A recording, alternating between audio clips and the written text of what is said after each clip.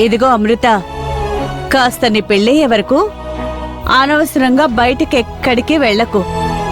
ఒకవేళ వెళ్ళినా ఎవరైనా ఏమైనా ఒక మాట అన్నా వాళ్లతో గొడవ గాని వాదన గాని పెట్టుకోకు. నేనెవరితో గొడవ పెట్టుకుంటానమ్మా? ఇంతకు ముందు చేసావని కాదు, అలా చేయకు అని చెప్తున్నాను. అసలే ఈ ఊళ్ళో చాలా మంది కళ్ళు మరింటి మీదే ఉన్నాయి. మన మీద పడి ఏడుస్తున్నారు. అందుకే చెప్తున్నాను. సర్లే అమ్మా. నీ ఫోనే అనుకుంటా, వెళ్ళి చూడు. ఉమ్.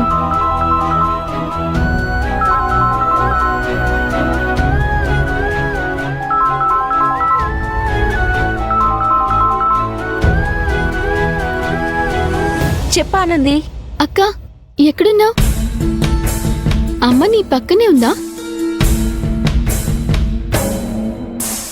అవును, ఇవ్వమంటావా? వద్దు, ఒకసారి బయటికి రా. ఒక మనిషి నీతో మాట్లాడాలట. ఎవరే? గొంతు వింటే నీకే తెలుస్తుంది.